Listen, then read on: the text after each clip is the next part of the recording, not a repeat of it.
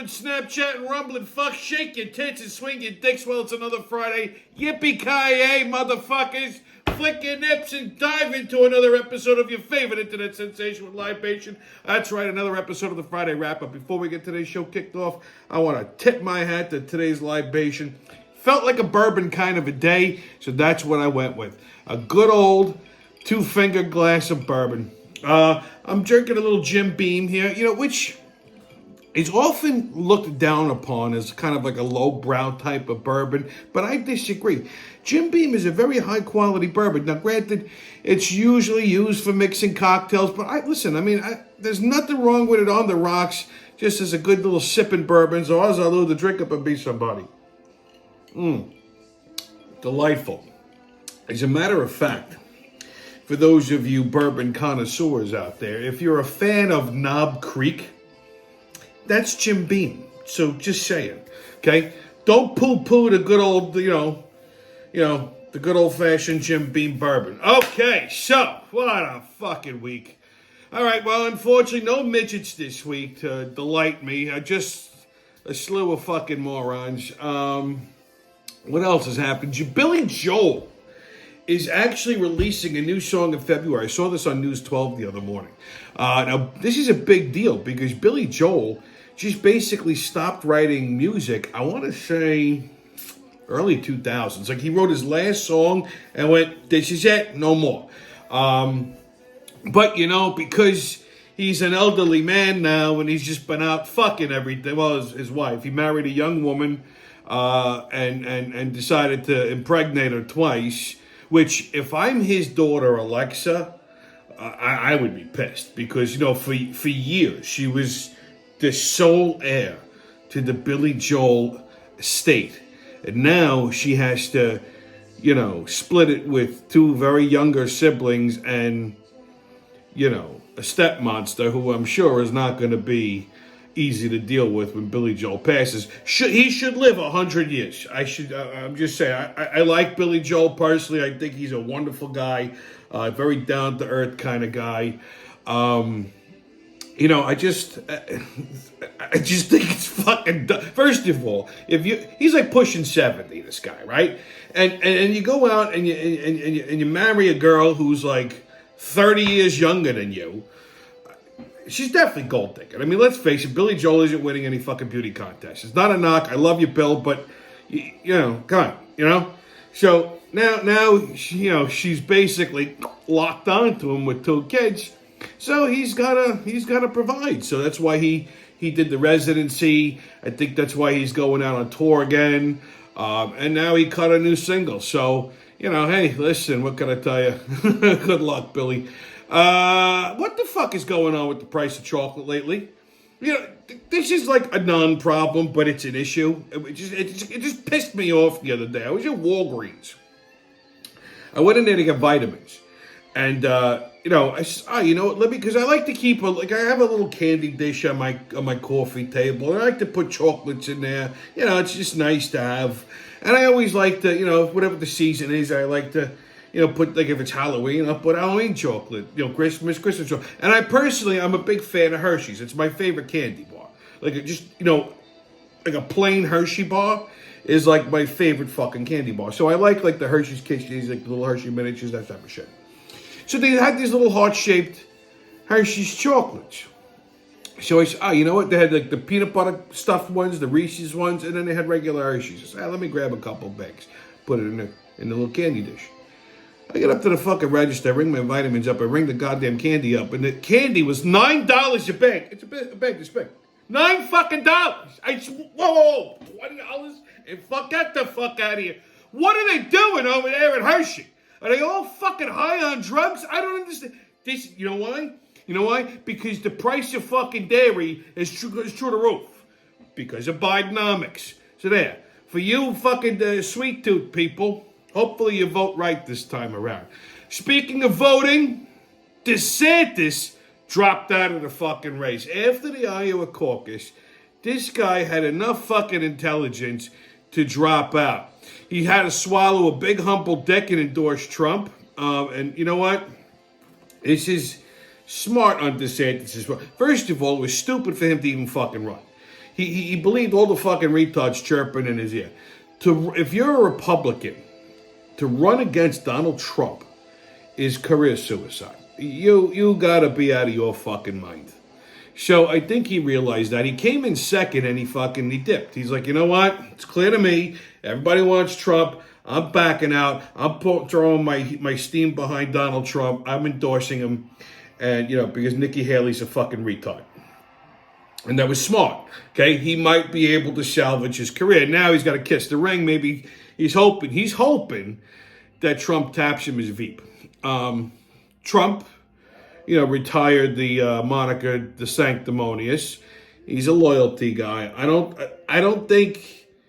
really don't think Donald Trump should tap DeSantis for anything. I think everybody keeps talking about who he's going to pick for VP. They're saying maybe Tim Scott. They're saying maybe Vivek. I don't think either one of these two. Although it's funny because Trump kicks everybody's dick in. So he beats them into submission. I love it. Because they're constantly like Tim Scott and Vivek Ramaswamy and even Doug Burgum, who Burgum was always criticizing Trump. Now he's Team Trump, and he looks sick to his stomach over it, which is hilarious. But all of these people, they're all glowing about Donald Trump now. Before they were trying to run against him, and now they're all hanging on his dick. I don't think any one of them would be good VP candidates. Here's my prediction for VP. Kevin McCarthy. Hear me out. Now, if McCarthy was still Speaker of the House, Trump wouldn't go near him as far as VP material, because you want somebody in Congress who's going to be on your side, and the Speaker of the House controls the fucking House, right? Well, they ousted him. And McCarthy's a big supporter of Trump. He also said he wasn't going to seek re-election as congressman, but that, he had some other plans in the works. To me, I hear this guy already had a conversation with Donald Trump, and Trump says, listen, if I run again, I get elected, bam, you're the Veep. Which is smart, because you could see McCarthy slide right into that president spot after Trump's term. And I think that's a good idea, because it's good to have McCarthy on your team. He knows everybody in Congress. He knows everybody in the Senate. This is the deal maker for you. This is your insurance policy. That's who I think he should pick for VP if he hasn't already fucking picked them. So, Donald, if you're watching, McCarthy, that's your ticket right there. Never mind, I get it. He wants to pick maybe a woman or whatever. No, make them a cabinet secretary. McCarthy, that's the way to go, okay? That's how you get all these other establishment Republicans that are still on the fence. That's how you put them back in your fucking court. I'm telling you. Okay, so that's the DeSantis news. So Caucuses, football, and Greeks. Hang on to something. Your weekly dose of insanity is here on the persecution of Donald Trump. So Trump annihilated Nikki Haley in the New Hampshire caucus, which we knew was going to happen. And this fucking cunt still won't give up. As a matter of fact, she's so fucking mentally irregular. Before they called the election, she took a fucking victory lap. She gets up on stage. She addresses the crowd. Gave a speech that started off with, "God is God." Yeah, I guess so, because Trump won, sweetheart. And she refuses to back out. She placed third in Iowa. She placed second in New Hampshire. First of all, let me just show you something. Trump's win in New Hampshire is actually historical. No Republican candidate for primary has ever won back-to-back caucuses like that, especially in Iowa and New Hampshire. I think the last fucking Republican to win Iowa was Bob Dole, because I don't think Trump won Iowa the first or second time around. But yeah, that's just so for him to win back-to-back caucuses like this. Like DeSantis dropped out; he was in second place. This bitch is still hanging on. She's fucking delusional if she thinks she's got any shadow of a shot. They're gonna go to fucking North Carolina, and she's gonna get her ass kicked over there. As a matter of fact, the National Republican Committee wanted to already declare Trump winner. And he said, no, I want to do it the old-fashioned way. Let me go to North Carolina and beat this bitch. Then you can declare me the primary, the winner of the primary. Imagine. So I mean, she all she is a Democrat plant because half of the fucking people, actually, 40% of overall of her 40% of all of her supporters are Democrats. In New Hampshire, they can fucking jump out. Okay, so a bunch of Democrats voted for her, and when questioned, they said, "No, we're Democrats." And they said, "And you voted for Nikki Haley?" "Yeah." "Would you vote for her in the presidential election?" They said, "No, we're voting for Biden." But they vote. See, they smart. They figure if they get Haley in as the Republican primary, she's got no shot at beating fucking Biden, which her polling numbers against Biden are not good. So, I mean, the meds are meds at best. I think one poll has her beating him by like a couple of points, but Trump's fucking polling numbers against Biden are tremendous. He fucking squashes him again. So, I mean, even if Joe Biden had fucking Taylor Swift as his vice president, he couldn't beat fucking Donald Trump. That's how fucking high of a lead they have. So she's a Democrat plant. All of her funding sources are Soros-backed money. The strategy here is clear. Get Trump out of the way. Put Nikki Haley, God only knows what the fuck they promised her. Put her in. Biden fucking beats her, and that's that. Not gonna work. So, there's that. On another Biden blunder, when Biden heard that Trump won the New Hampshire caucus, he threw his chocolate chip ice cream at Kamala and called her a curry-coated Aunt Jemima, and then he started crying and soiled himself. Ran out of the room, and then he fell down.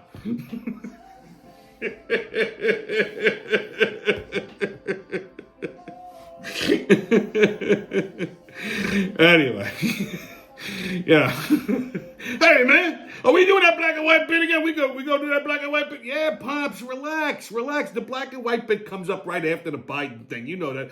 Man, I've been excited all week. What you got cooking on here? What are we doing for the black and white bit? Well, Pops, funny you should ask. On today's black and white, we're going to talk about losing your job. Losing your job? Yeah, listen. Sometimes people get fired from their job all the time, right? So I'm going to show you how black people handle it and how white people handle it. Hey, man, that sounds like a good time. Let's check that out. We go check out the black and white bit, losing your motherfucking job. Here we have Primatus coloratus femina, or Primitiva femina sphingus, who has just been terminated from her employment and clearly disagrees with the termination. She is attempting to lodge a complaint and is refusing to leave peacefully, as they sometimes tend to do. Observe. Her co-workers are trying to coerce her, and yet she finds a way to breach the perimeter, only to be carefully ejected from the premises. Her large, somewhat homosexual manager is screaming for someone to call the police. Clearly, he is a well-trained person. Here we have pure Albus Feminium Generation Z, who has just been terminated from her job for being completely useless, a total waste of space. She does not seem to understand why she is being terminated and finds it very shocking. Notice how she approaches the termination without aggression. Instead, she relies on the heavy use of drama and I'm really sorry pity. that you're having this experience and feeling this. Well, what's wrong with these black bitches? They don't act right. Man, motherfucker, someone tell your ass to leave. Leave, motherfucker, leave. And the white girls crying all the time. Man, these people have bad home training. What's wrong with these children? I don't know, Pops. The fucking generation today is just going to hell in a handbasket. I think that's what it's come down to. Man, these motherfuckers, they all fucking crazy. And who was that smooth motherfucker you had narrating that shit? Oh, that's our new voiceover artist, Nigel. Nigel? Where's that motherfucker from? He's from England or some shit. Yeah, actually, as a matter of fact, he is. By way of Connecticut. Motherfucker must be from New London then. That's something like that. He is smooth, motherfucker. What language was he speaking there? What was that, Gaelic or some shit? No. That was Latin. Latin? Oh, he an educated motherfucker. Ah, you see, you know what? Here's something. You can say anything the fuck you want. No dead languages. Nobody understand a fucking thing you're saying. That's right, Pops. That's absolutely right. That's why we did that. Everybody seems to love this new bit. I'm telling you, I'm having a lot of fun putting it together, that's for sure. All right, kids, get your tickets out. We're about to hop onto that maniacal, magical express at the mayhem and fuckery. The crazy train's about to leave the station. Hop on! Woo woo! First stop, New York City. So Mayor Motherfucker gives an address to New York City the other day to lay out all of his budget cuts and then talked about his re-election efforts. Can you imagine the balls on this fucking guy? So he starts talking about how he plans to run again for mayor, and he pulls out a stand-up bass and just started singing. He sang a little song, and it went a little something like this here. Okay? It's not a stand-up bass, but, you get the idea. It went something like this here. Is you ain't my baby. I haven't fucked the city up enough today. Is you ain't my baby. Oh, please give me a chance to do it again one day. Yeah. Anyway, I don't know if that's going to go over too big with his constituents, but only time will tell. Okay, next stop, the Adirondacks. So, with all the fucking horrific snow we were supposed to have last week, upstate wasn't so lucky. So upstate got pounded, right? That's upstate. It's up in the mountains. And I always have this fucking pet peeve about when it snows. People who have four-wheel drive. Now, I have a four-wheel drive. I have a truck, right?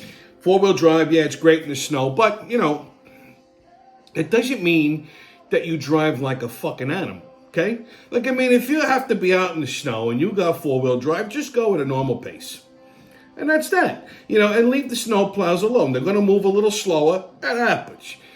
So this jerk-off is coming down a 2-lane highway, and he's behind a snow plow. He's driving a Subaru WRX, which has all-wheel drive. Not four-wheel drive, all-wheel drive. Now, I don't give a shit if you got four-wheel drive or all-wheel drive or whatever the fuck. Ice is still ice, okay? And under that snow is nothing but ice. So if you hit it too hard, all four wheels are going to spin, yeah, but it's going to twist you. You know what I mean? So he's coming down the road. He's behind a snow plow. I guess the plow was going too slow for him. So he cuts around the fucking snow plow. And there's another plow coming up the fucking road. And, well, watch what happens.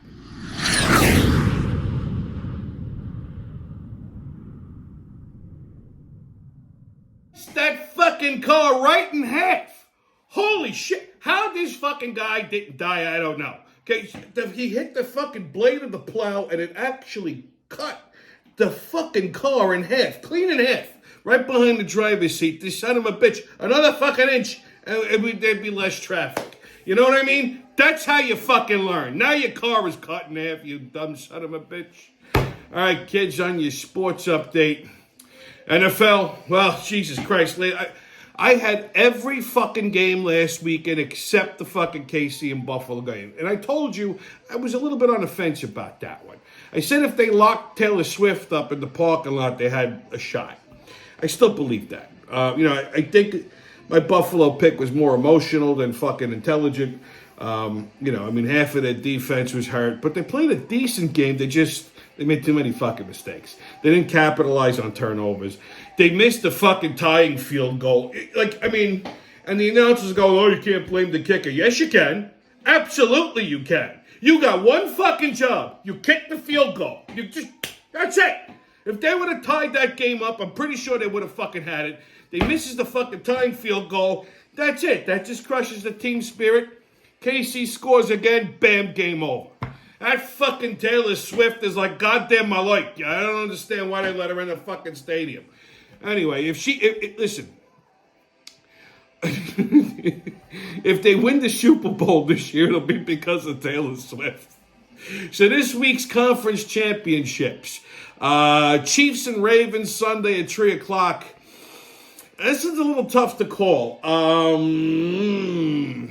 Again, there's the Taylor Swift effect here, but I I don't think the fucking Chiefs have it against the Ravens. I gotta tell you, the Ravens are a fucking tough motherfucking team. I may be way off on this one, but I gotta give it to the Ravens. I don't know. I gotta give it to the Ravens. Then you got the Lions and the 49ers Sunday at 6:30. This one's a heartbreaker. It really is. It really is a heartbreaker. I want to say the Lions. I do. I want them to win. I'd like to see them in the Super Bowl, but I don't think they're going to beat the 49ers, to be honest with you. I really don't. This could easily end up being another fucking Chiefs-Niners Super Bowl, which I'm hoping that doesn't happen. I'd rather see a Ravens-Lions Super Bowl, but I don't think the Lions would have a fucking shot against the 49ers. They might be able to beat the Chiefs.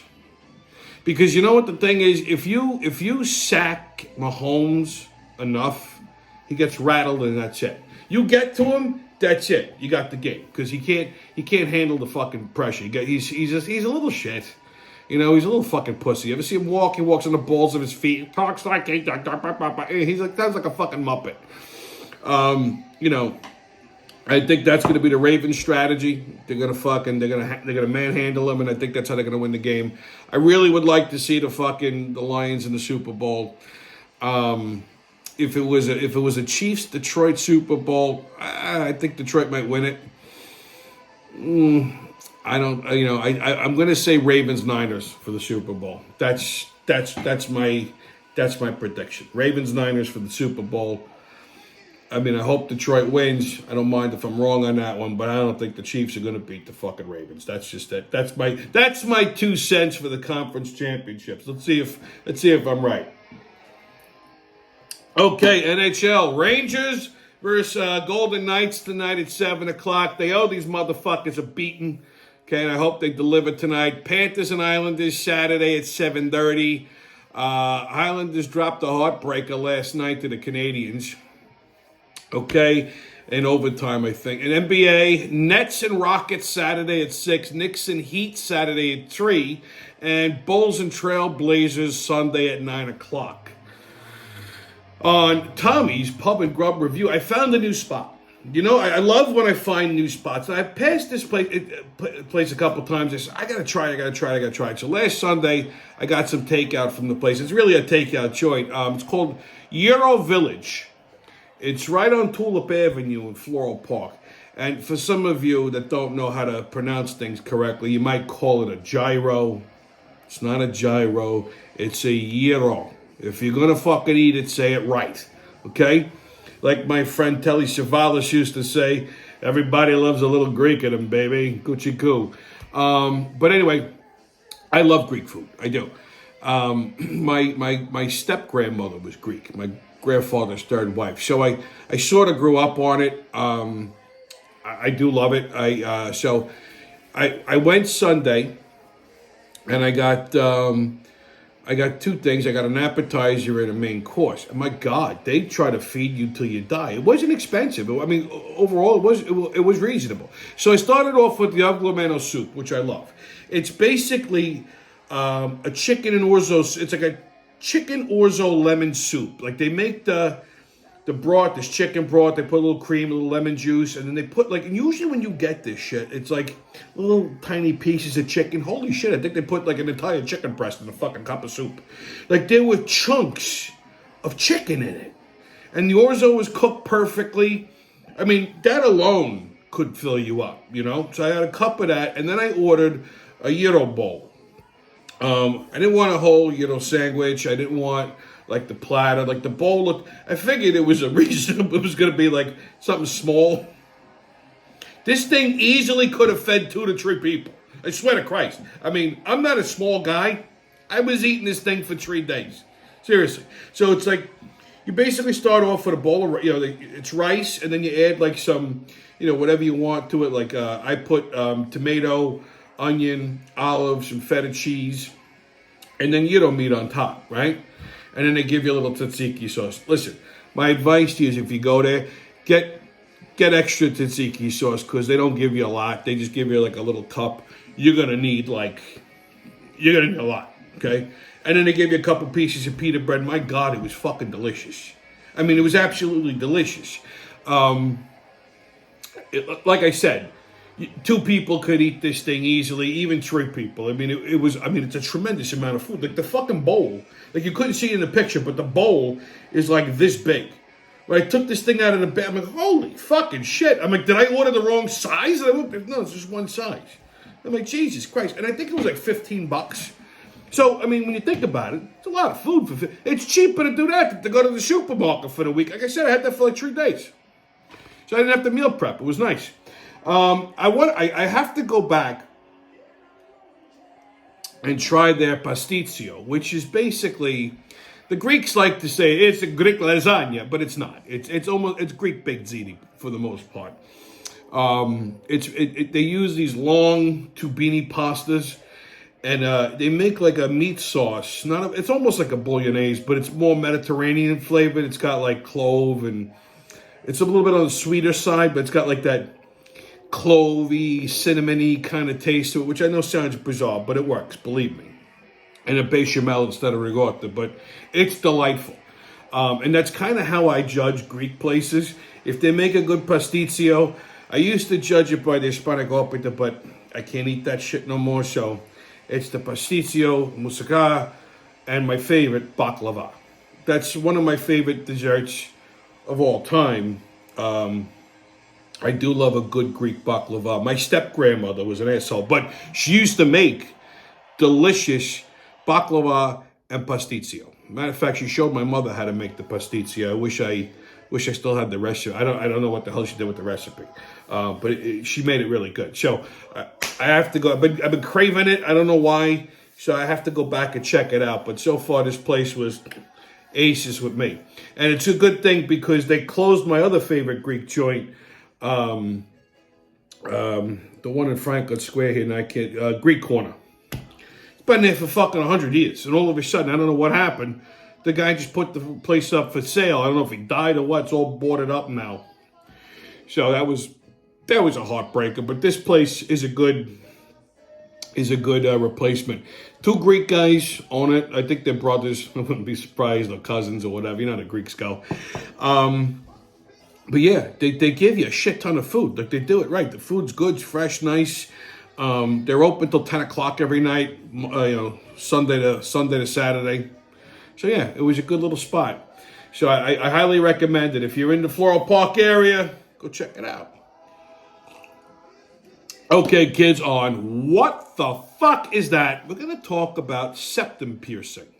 Now, what is your septum? It's this part of your nose right here. I used to, I got this and this mixed up. I used to call this the frenulum. That's your herniulum. This is the septum. So there's like this new trend lately, last like year or so, I've been seeing it more and more lately, where people, especially chicks, are piercing their nose over here. Like a fucking bull. You know what I mean? And it makes my fucking brain hurt because, like, especially if the girl is pretty. Like, if they're ugly, it's just decorating an ugly face. Who gives a fuck, right? Nobody cares. Just throw shit at yourself. I mean, but if you're a decent looking person, you got this thing under your. All it makes me want to do is hang my keys on your face. Like, it's like, oh look, I can put my keys out. I'll find them later. You know what I mean? Like, it looks stupid. What the fuck? Like, I mean, I thought like the stupid things in the earlobes, like a Zulu warrior with dumb. This is just fucking dumb. What the fuck are you doing? When I see people wearing these things, it makes me think of a bull, which then makes me want steak. So all you've accomplished so far by piercing your fucking septum is making me hungry and reminding me I'm a carnivore and telling me, oh, I got a nice place to hang my keys. Thank you very fucking much. Stop it. Dumb. Okay, kids on Right or Racist. Only 24% of Uber drivers have a college or advanced degree. Actually, 48% of all Uber drivers have a college or advanced degree. So chances are your Uber driver is actually fucking smarter than you are. How about that? All right, kids on your PSA. So last Saturday, I went to the cemetery because my mother's headstone was finally done. I paid them. They finally installed it, blah, blah, blah. Came out very nice.